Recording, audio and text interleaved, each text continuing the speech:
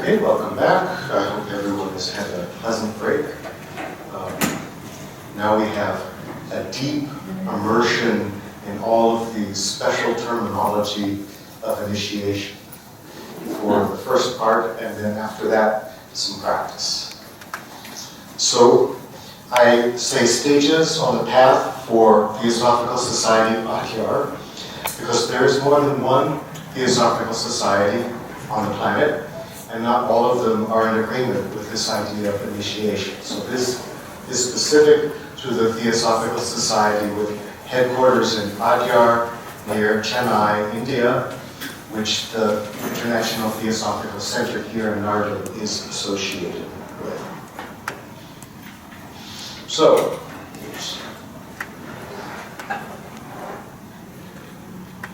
there we go.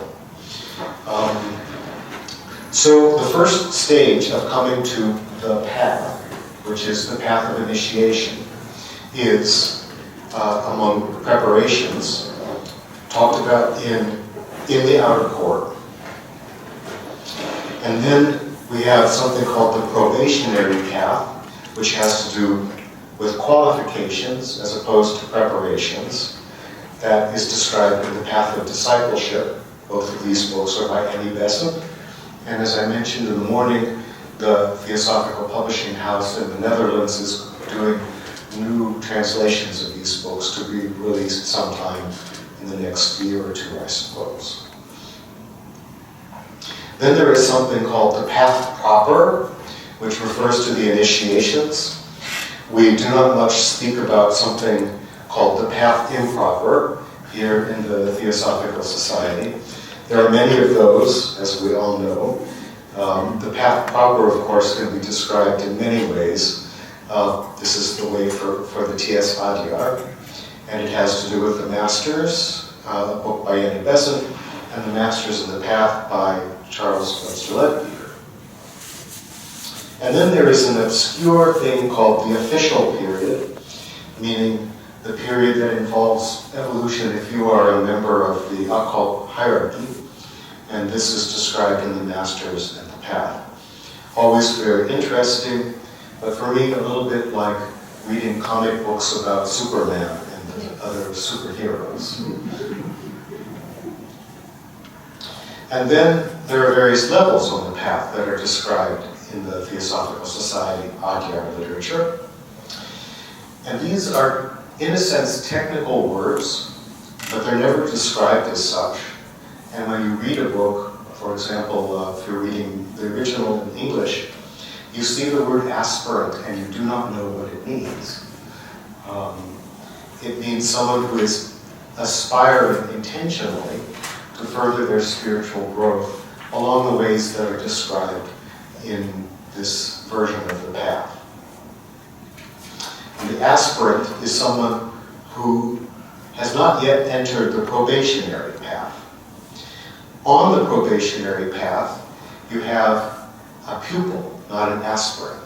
So somebody who is studying or learning, but in an elementary way. And then you have a disciple studying much more deeply. This comes after the probationary path. The disciple has been accepted as a student by some kind of inner or outer master. And this comes before the first of several initiations. Then you have the initiate. This is the term used for anyone who has completed the first of the 5 initiations described in this program.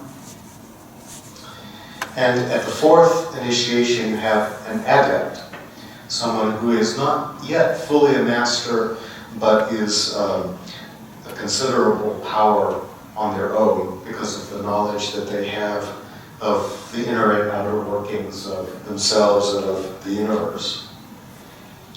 And then after the 5th initiation, you have a master, or Mahatma, although Mahatma can also refer to much greater levels than master.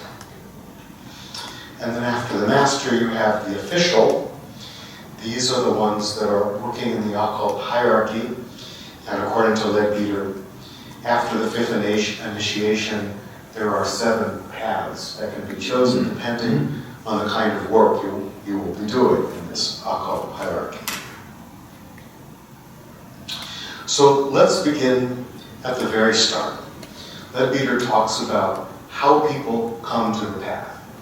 And the idea is that you may be coming to it for the first time in the present lifetime, or you may be resuming it after having taken some steps on this path in some previous lifetime. So how does it happen that you come to the path? For some of us, it conceivably is what drew us to learning about the Theosophical Society. So, by example of others on the path. So if we meet somebody who's clearly on a spiritual path that appeals to us, that can be one way to discover a path for ourselves. And the second way is by exposure to path-related teachings. I'm capitalizing the word path here so that we know we're talking specifically about the T.S. Ajahn teachings. So if you come across a book, for example, at Crotona, I heard one of the residents speak about how in the 1970s he came across the book The Masters and the Path by Leadbeater, and that was his entry into Theosophy. And he was a member for many, many years. Dr. Elwood by name. So what he said was that everyone he knew at the time who was coming to the Theosophical Society was coming because of this book, The Masters and the Path. So it really is one of the entryways, you could say, to this kind of teaching. Some come to the path by reflection on the nature of spiritual evolution. And what this means is, if we see that there are evolutionary stages behind us, it's conceivable that there are evolutionary stages beyond us. And if that's so, what does that look like? And then, at this point, someone is perhaps ripe for learning something about these higher levels of human spiritual development. It can also happen by practice of virtue through meditation. Now we have to remember that the theosophical teachings we're dealing with have their roots in Victorian England. And of course the word virtue had a very important meaning then that it doesn't so much have now. In fact, it doesn't really seem to be much talked about now in contemporary culture. The idea of meditation in the Theosophical Society is that you develop yourself by identifying so-called vices, the improper path, if you wish, things that you don't like about yourself, or that others may not like about you, or that are recognized in various spiritual traditions as of the ego, or of a so-called false personality, anything of this nature that could potentially become an obstacle on the spiritual path. And the idea behind such meditation is to consider the beliefs, the attitudes, the behaviors that are behind this thing that you want to get rid of, this vice. And then you consider that there is an opposite virtue, and that if you meditate on that and try to align your beliefs, attitudes, and behaviors with that, then you are actually making some spiritual progress. Theosophical literature is definitely in agreement with this, and if you want to know more, there's a lovely little book by Besant called The Laws of the Higher Life that speak about this way of meditating. It's a little different from what is now more common among seekers in the New Age. They have the idea of intentions, and there are various words for that. But the idea is you constantly think only of the best and highest behavior or belief or way of being in the world. And then through constantly thinking on it, it begins to be reflected in your life. Similar idea, except that you're not necessarily trying to get rid of or clear out some negative behavior. Many of these teachings ignore the negative behavior as if it didn't exist. The idea here, though, is you acknowledge that it exists, that you don't want it anymore, and then you try to replace it with its opposite. And you often also find in these books the word purification, spiritual purification. I don't imagine there's any word in the spiritual path taught by Theosophy that would be considered less appealing to young people than the idea of purification. I have a different way of thinking about it. I think of it in terms of what I call flexibility of consciousness. So the more flexible our consciousness is, the more open-minded we are, the more able to be responsive to the things that are happening in our external and our internal life. And its beliefs, attitudes, behaviors, routines, habits, these things are all obstacles in the development of flexibility of consciousness. And so, if we work on freeing ourselves of those things, we're having the benefit of this idea of practice of virtue through meditation or purification without necessarily having to think about what it means to purify yourself. So for example, in this way of thinking, self-purification might not involve becoming a vegetarian. In Theosophy, of course, this would be something that would be highly recommended. But there are people that need some form of meat, not because they imagine they need it, but because for medical reasons it's essential in some way. So the thing is not to believe so strongly in a culturally supported habit like this that there's no apparent choice. So what we do is everyone eats meat, so we eat meat. So I'm standing in the locker room at my health club, and I hear two young men, and they're saying, "Oh, I tried to be a vegetarian. I couldn't build my muscle. I had to go back to eating meat." And the other one's saying, "Yes, yes." And I had been a vegetarian for 25 years, and I didn't have any trouble building muscle. So these are beliefs that operate in our culture, and in order to have flexibility of consciousness, it's important to question them. So maybe it's not a matter of eliminating all meat if there is a medical need for it, but perhaps not eating it every single day or at every single meal. In this way, an element of choice is brought back in, and as a result, flexibility of consciousness is maintained. Eventually, we may have to look at all of our habits. So, for example, the habit of drinking coffee in the morning is attached to a belief that you have no awakeness or awareness during the first few hours of the day without it. Is that a truth? Is it a universal law? Is it an experience you have sometimes had that you have decided is somehow true for you, or is it adopted from your society as true for everyone? Is it promoted by the coffee companies in order to make sure that you continue to purchase their products?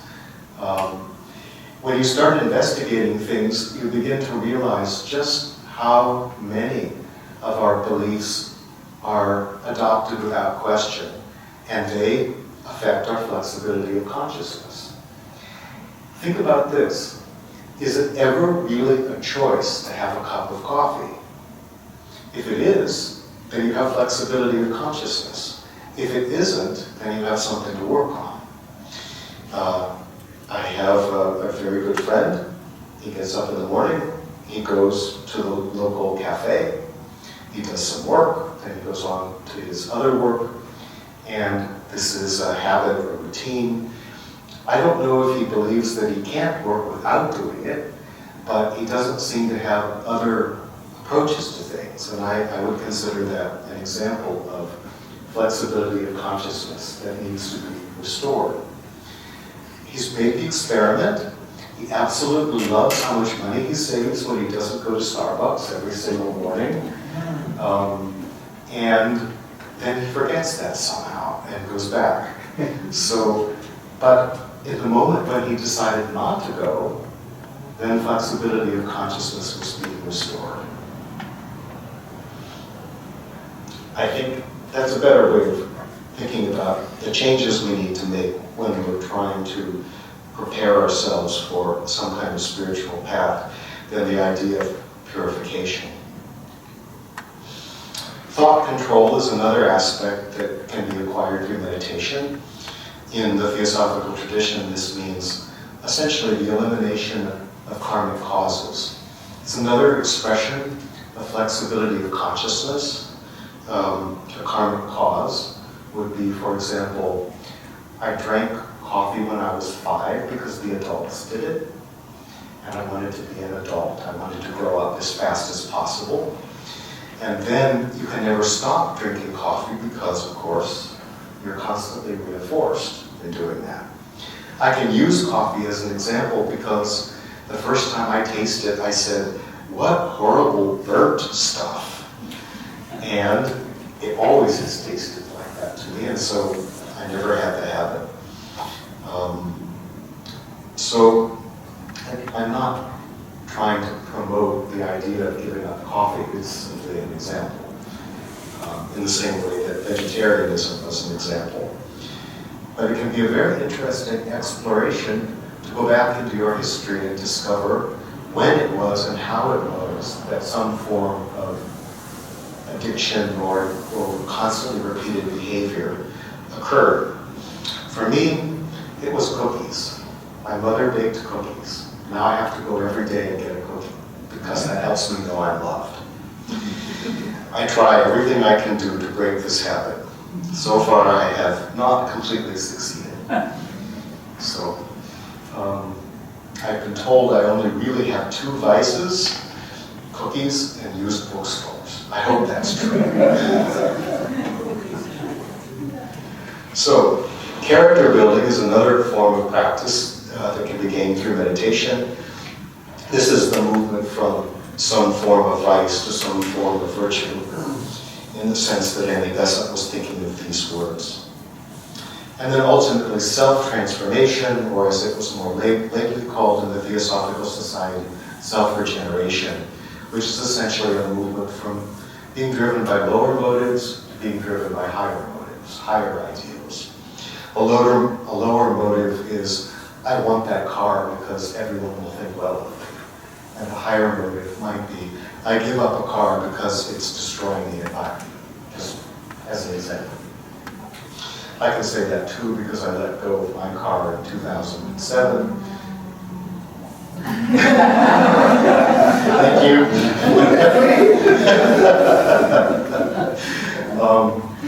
Yes, because Boston is a place that is very friendly with public transit.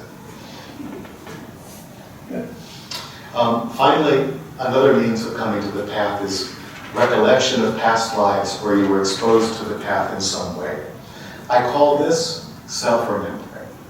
And I think it's a very important part of our training to recognize that we may not be coming to any of this for the first time in the present lifetime. If you're drawn to it, if it attracts you, if it seems like you instantly understand it, if it feels like a home to you of some kind, I've heard people say these words with respect to coming to the Theosophical Society. Probably some similar teachings in the past, from the past life, are being invoked by that. All right, so aspirants become more active seekers when they learn how to be invisible helpers. So an invisible helper is someone who helps on the non-physical planes.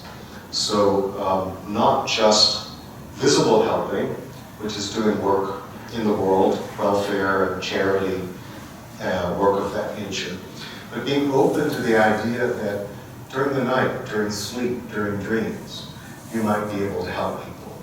Or with prayers, for example. These kinds of things also help train you as an aspirant to think not only about yourself, but of how you can be of service to others in the world. So, single-mindedness and useful work is also a way to develop yourself as a visible and an invisible helper. Self-control of nerve, of desire, and of mind. Often the books like the one on invisible helpers by Leadbeater talk of tests of earth, water, air, and fire. So for example, he says, if you're having an out-of-body experience, do you know that you can go through the earth and not be buried by it? Do you know that you can breathe underwater and not drown in it when you're out of body? Do you know that you can be flying through the air after jumping off a cliff and not crash on the earth and destroy yourself? Do you know that you can go through fire or a volcanic eruption and not be burned? I think these are metaphors. And what's really talked about is, can you prove that you're really grounded? That's the earth. Centered in yourself, solid in the physical world. Water, can you prove that with emotions, you're very fluid? In other words, you don't get caught in the emotions. They move through you like water moves through you. You're not holding on to resentments and anything coming from the past. With air, it's a demonstration of, can you lift yourself up and see things from a higher perspective instead of being focused all on the problems at the earth level. And then finally, fire is enthusiasm and motivation and illumination. Can you be motivated to go out and change and create change in the world as well as change within yourself? So I think of these as all aspects of being visible and invisible helpers. Another factor that helps with becoming an invisible helper is calmness, which is defined by Leadbeater as absence of worry and depression. Knowledge of some kind, for example, of the astral plane and how the astral body works. Unselfishness, not being vain, not being proud, not being resentful. And love, striving to be a channel of divine love. Now, what's important to understand about this list is that if you're on the spiritual path, it's a good set of guidelines to help you move from being a visible helper to being an invisible helper. As I pointed out earlier, Besant said that the masters are always watching over humanity. They're always looking for individuals who are potentially trainable for doing work on some larger theater. And these qualities are what you are supposed to need to develop in yourself. Knowledge of the astral plane can be an understanding that comes from books that prepares you to have actual experience along those lines. So now we come to the probationary path, and here the development of 4 qualities is essential. Discernment between the real and the unreal. Desirelessness, which means freedom from ambition. Good conduct, which consists of 6 points.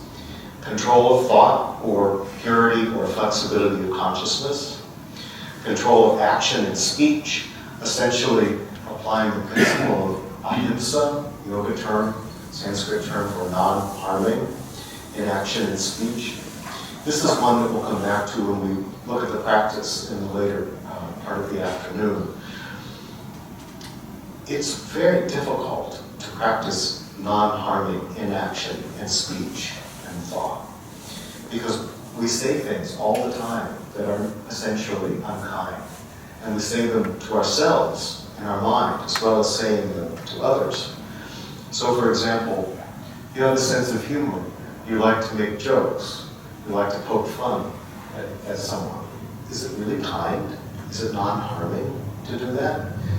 maybe if it helps them laugh at themselves and see themselves in a different light, but you can also really hurt someone that way.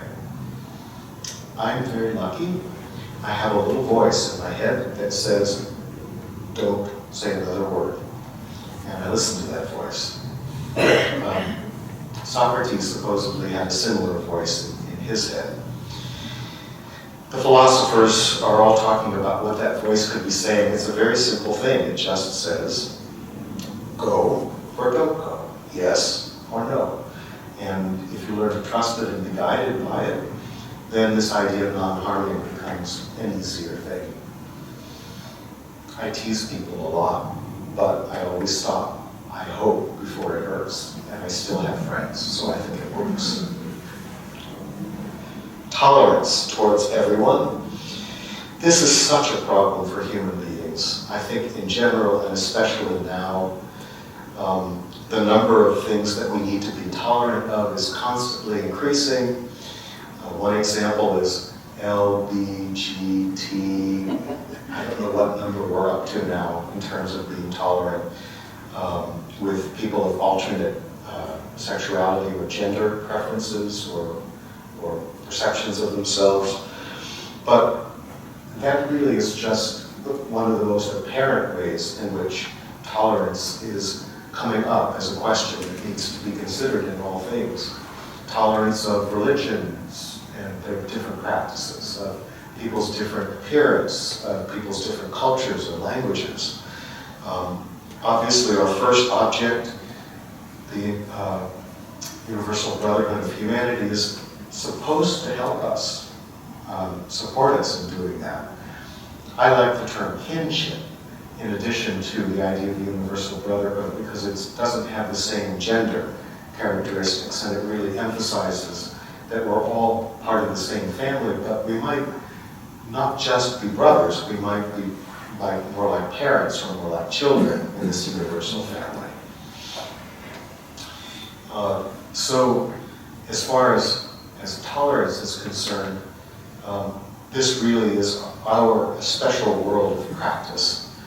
And I think anybody who's been involved in any kind of spiritual organization will realize that tolerance of people who are not in the organization is part of the challenge, but also tolerance of people in the organization.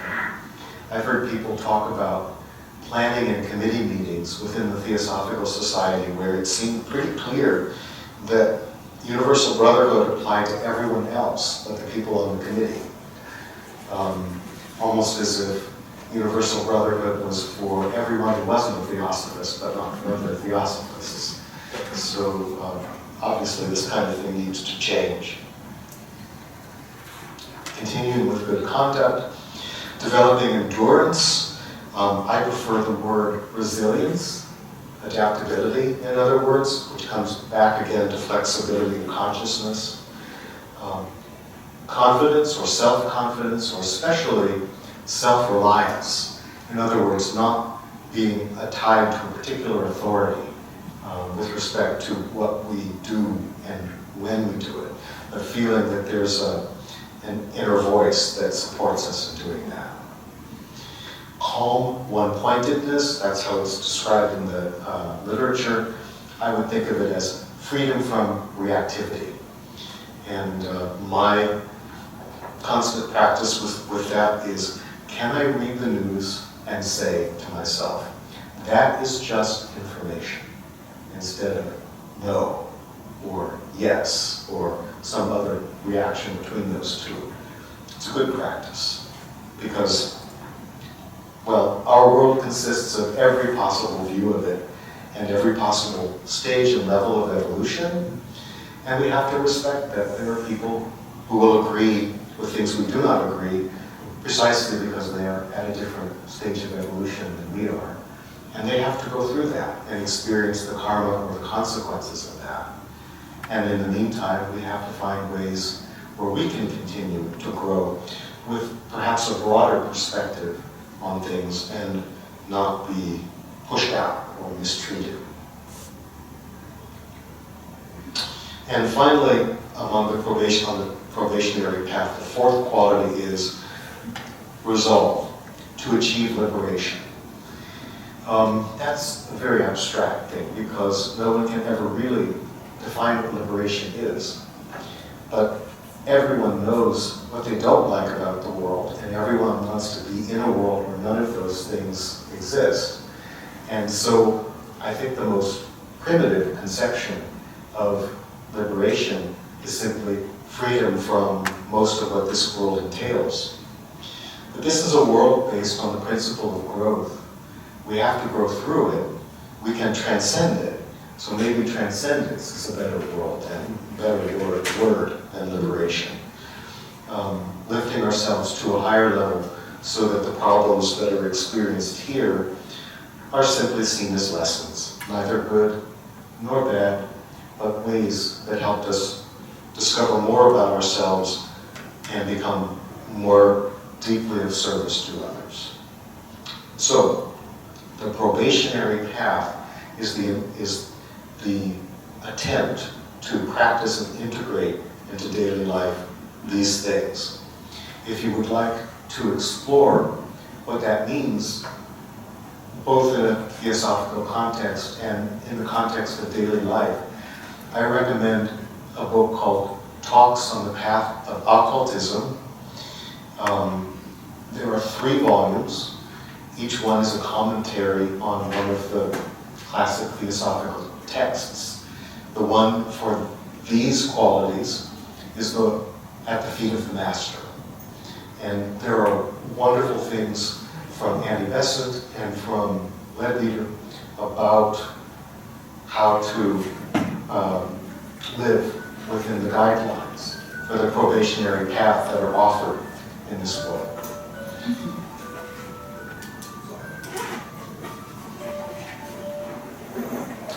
I hate to say it, I don't own a cell phone. I'm the only one in the world left. I have one that somebody gave me that I use as a camera when I'm taking research photographs. But I think one of the greatest obstructions to liberation and transcendence is the cell phone. So, flexibility of consciousness too, because everyone is really a slave to that cell phone. So, coming back to the light on the path, if you read this volume carefully and read, for example, only Besant's comments, you have a complete course on meditation. In fact, it would be a lovely thing just to take those sections out and print them up as a little meditation manual.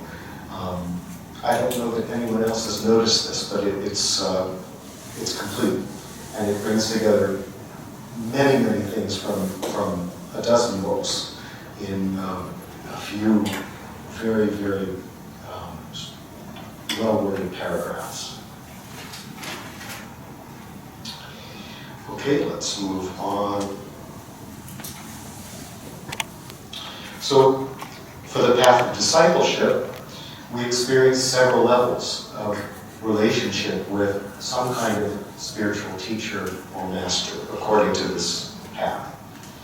First, we have probation, which means that we are in the proximity of a spiritual teacher.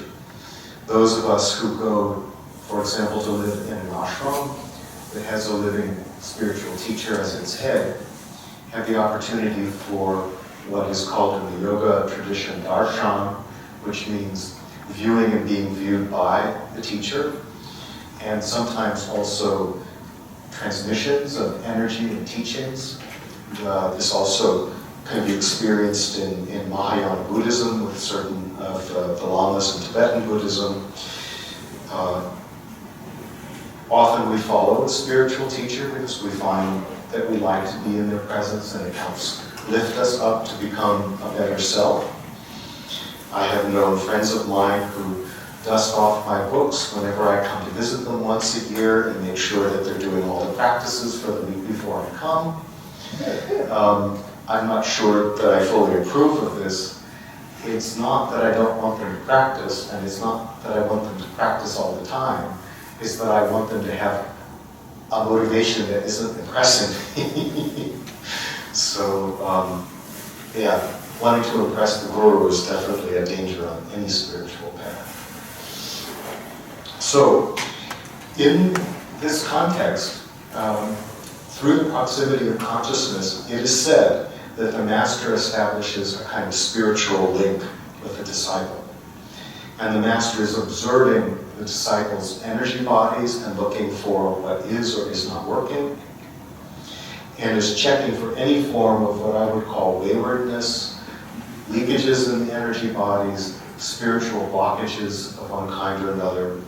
Leadbeater likes to say, for example, that in the aura, resentment turns into something like a wart, like you would have on your hand or your foot, a knot of flesh that is not easily got rid of. And you have to unwind it in order to free yourself from that kind of waywardness.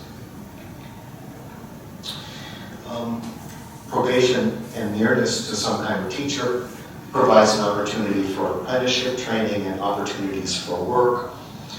Traditionally, in the Theosophical Society, this is what people are invited to do in the way of volunteer work within a theosophical organization.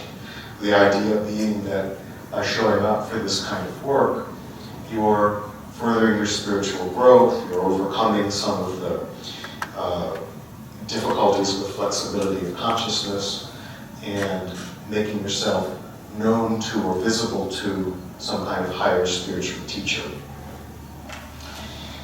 I've been hearing a lot about very young people, say in their 20s, coming in as workers to the Theosophical Society or even to retail work. And they seem to have an idea that if they don't like it, they don't have to do it. They only want to do the work that they like. And I would like to say, according to these teachings in the Theosophical Society, it's not possible to further oneself on a path of spiritual development if you only do the things that you like and avoid all the things you don't like. There are many repercussions of that. Often we like things that aren't good for us, and we don't like things that are good for us. So likes and dislikes are one of the probably biggest obstructions to any kind of advancement on a spiritual path. And then also, being in the presence of some kind of teacher encourages harmonization of methods and cooperation with other apprentices. Now, it doesn't have to be a recognized spiritual teacher. An organization like the International Theosophical Centre is a nucleus. Many people come here not just to study, but also to work. And there is a core of dedicated workers. And this becomes a center of attraction for the masters, also to pour energy in, to spread their work out through the world, and can be considered a step in the path of probation, of preparing oneself for deeper spiritual work. And of course, such centers are always greatly in need of people who will do volunteer work in a selfless fashion. So the next step after probation is acceptance, and this is a somewhat deeper relationship with the inner or outer spiritual teacher. According to Leadbeater, there's actually an overlapping of consciousness. So you can think about how we each have an energy field that surrounds us. And in the case of probation, what happens is your energy field and the energy field of the teacher are near each other. But then, if you go to a level deeper, you are brought into maybe an inner circle. There's an opportunity for more time spent together and the possibility of a kind of overlap of the boundaries of the energy field. And then the teaching develops a much deeper dimension. And then, oops, I went the wrong direction. So, there's an attuning of the subtle bodies to each other and to the subtle bodies of the teacher. according to Leadbeater, there's an enfolding of the lower mind by the higher mind of the teacher, kind of structure that supports the movement from the lower mind to the higher mind. Possibility of receiving illuminating teachings, certainly engaging in a deeper level of cooperative work with others, the possibility of acting as a channel for the Master's force into the world, and something that I don't like, the way it's worded, becoming an outpost of the Master's consciousness. I think I understand the idea behind it. Supposedly the Master, we're working wherever the Master is, this higher superhuman human being, can't be everywhere at once. And so if there's work that we can do somewhere in the world that is somehow supporting the Master's work, perhaps we will be given the knowledge that we need to do that. But we're not taken over by the Master. We're only like a helping hand for the Master. Now, I should be clear at this point that within the Theosophical Society, during the period of the existence of the Order of the Star of the East, and also to some extent within the esoteric school, these things were actually practiced. These ideas about preparing yourself for discipleship. I don't think it's so true anymore. Part of the reason is there's so many books to read to gather all of this information together. It's so difficult to find a living spiritual teacher. It's so difficult to know the difference between an inner spiritual teacher who is really high and some nature spirit or astral being who simply wants to trick us. So all of this can be considered part of the theory of the path that is taught in the Theosophical Society. And it's up to us if we're able to discover if any of it is an actuality that we can experience.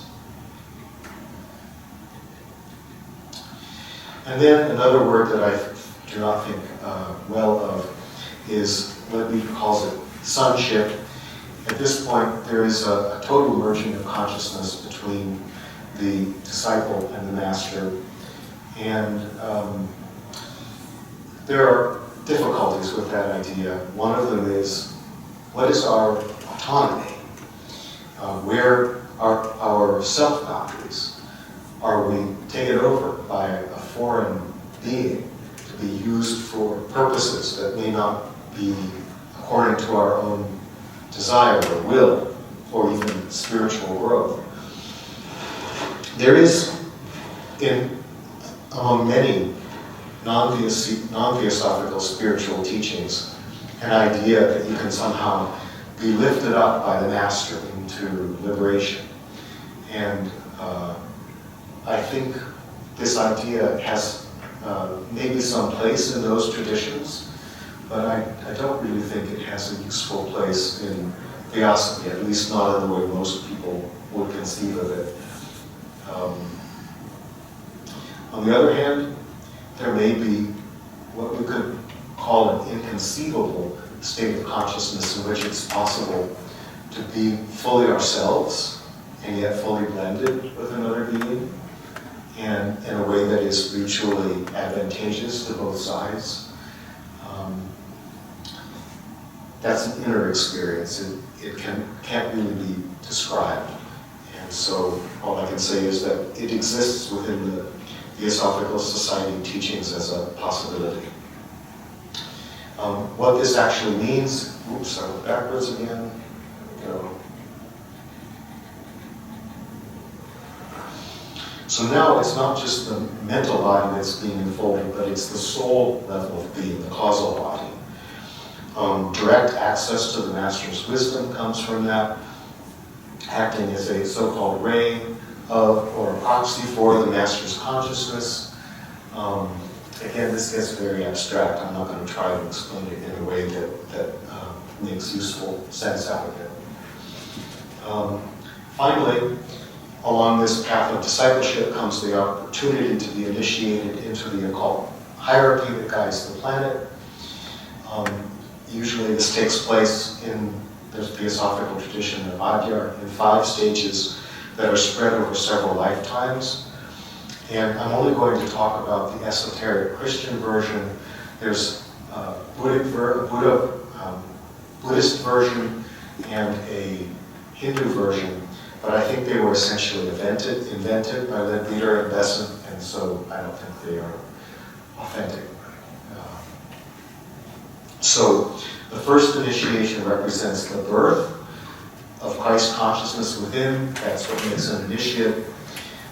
In Theosophical teaching, buddhi, which is a Sanskrit word, is used to talk about what I call unity consciousness, and buddhi is often identified with Christ consciousness.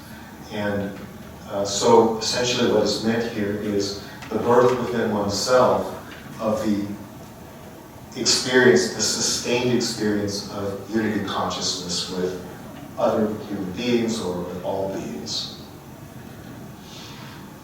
The second is linked to the baptism of Christ and represents the descent of the Holy Spirit with spiritual powers. So essentially what happens is after the experience of unity consciousness, then there's a download, if you wish, of access to some spiritual powers. You learn how to use them in service of the world from this perspective of unity consciousness. The third, it corresponds to the transfiguration. This is the part of the Christ story where Christ is with 2 of his disciples on the top of a mountain, and suddenly there's a great illumination of light around all of them and a feeling of being lifted up to a higher experience of being. I think of this in terms of becoming ever more transparent to the light of the source. So, source is my word for God consciousness. I believe that this God consciousness pervades our universe, and that at any given moment we can let some of that God consciousness in, and as a result, we've become transparent to the light of the source. We can shine that light out on others, and it can be inspiring to them. But we can also be illuminated from inside with a clearer idea of what needs to be done in a given set of circumstances. So I'm imagining that what often gets called an enlightenment experience in other traditions has some connection with this idea. In the esoteric Christian version, the fourth is the crucifixion. It corresponds to a dark night of the soul, the so-called death of the lower self, and the becoming of an adept. It's described in some pretty graphic terms in some of the books, for example, Annie Besant's Esoteric Christianity. The idea seems to be that you have to know that you are God consciousness sufficient, that you are dependent on nothing outside of that internal connection. And so it seems as if all the friends disappear, all the loved ones disappear, there's no support of any kind. This may be the result of cutting oneself off because of depression or because of circumstances that take away all of these people. And the idea is to be resilient enough to get through it to the other side and then experience the resurrection naturally. And ascension, this is liberation from the need to reincarnate. It means becoming a master as a helper of humanity. And ascension, in a sense, to a higher level of management, I guess you could say, of the spiritual evolution of humanity. Now, we all know dark nights of the soul. I think they happen at every level of spiritual development, when we're blocked in some way and don't know how to go forward. I don't think that that's necessarily a good image for this fourth stage. But I do think that in shamanism, the shamanic initiation is often called death and dismemberment. And the idea is that the spiritual beings that work with the shaman take the shaman, kill the shaman, cut the shaman apart, and then you're left to put yourself back together again.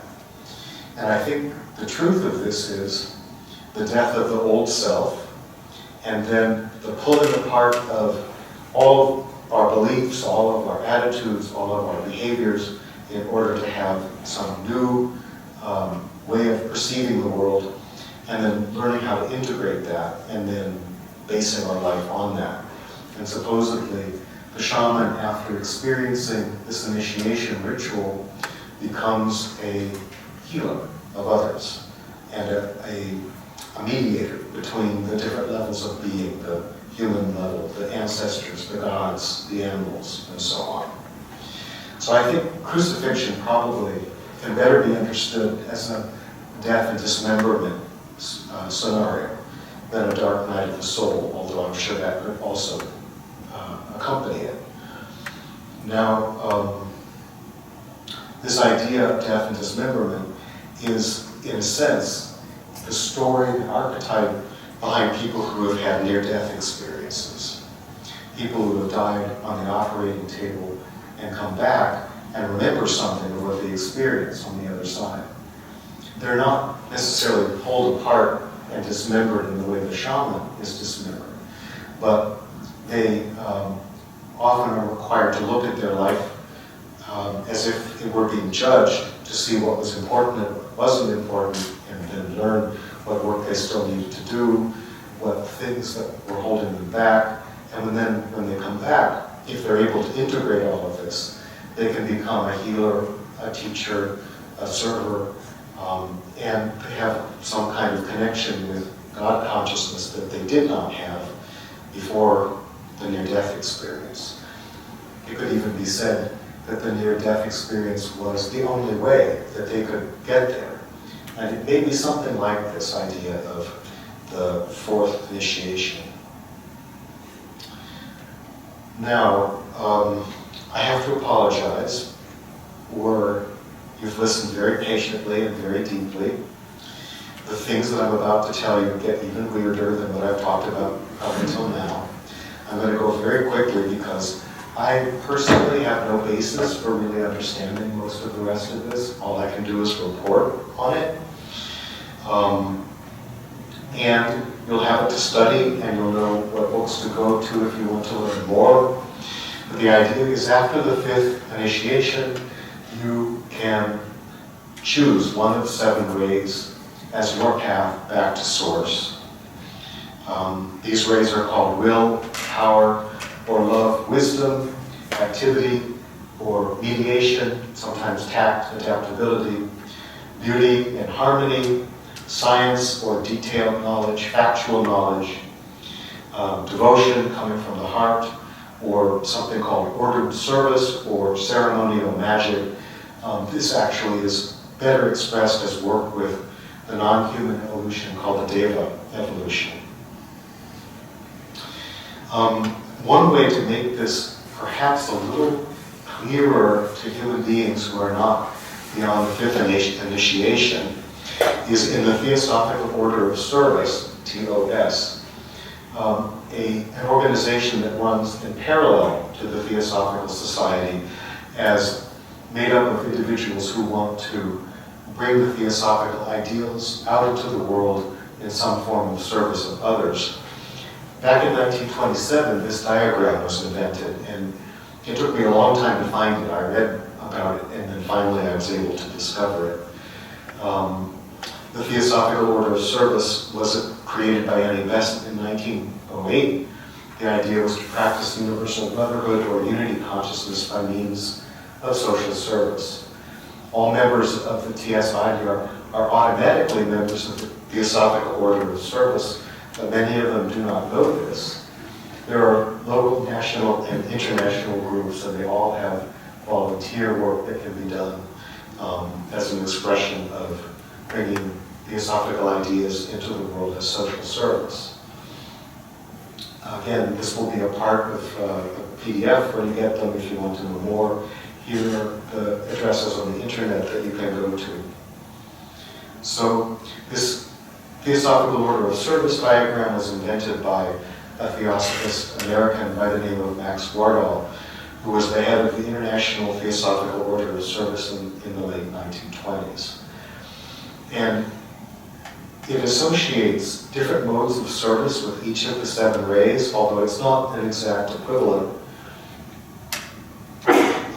There's one called the Watcher. The Watcher was proposed as a Theosophical Order of Service journal that never came into being. And I think the one labeled Arts and Crafts should be the 4th mode, not the 7th. So with those things in consideration, we should be able to understand this diagram. And the 7th mode, the one that's missing, is collaborative work with nature spirits, devas, angels, something that I've taught here in past years, which you can go to the website and see some videos of. Here's the diagram. So what's special about this diagram is all of the different ways that social service is described. Many of these were happening at this time. Some of them have disappeared. Some of them could perhaps be brought back. Animal welfare, world peace, as I mentioned, the Watcher. This should actually be arts and crafts, back to nature, finding a more natural way of life, and being involved in healing others, perhaps through prayer and sending healing energy, and then practicing arts and crafts as a way of being service in the world.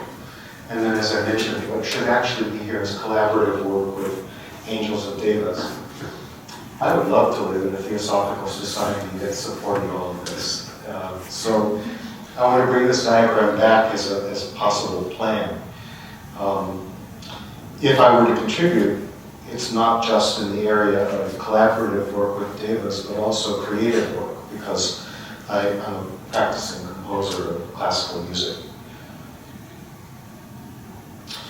I think we should take our break, and I'll finish with a few more slides after that.